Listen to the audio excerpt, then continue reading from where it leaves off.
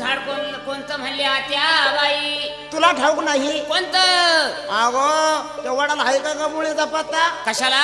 वडाच्या झाडाला. आत्या बाई किती तुम्ही वेड्या का खोड्या? काय झालं बाई? अहो मी सांगते असं? याचं उत्तर आठवलं मला सांगते तुला.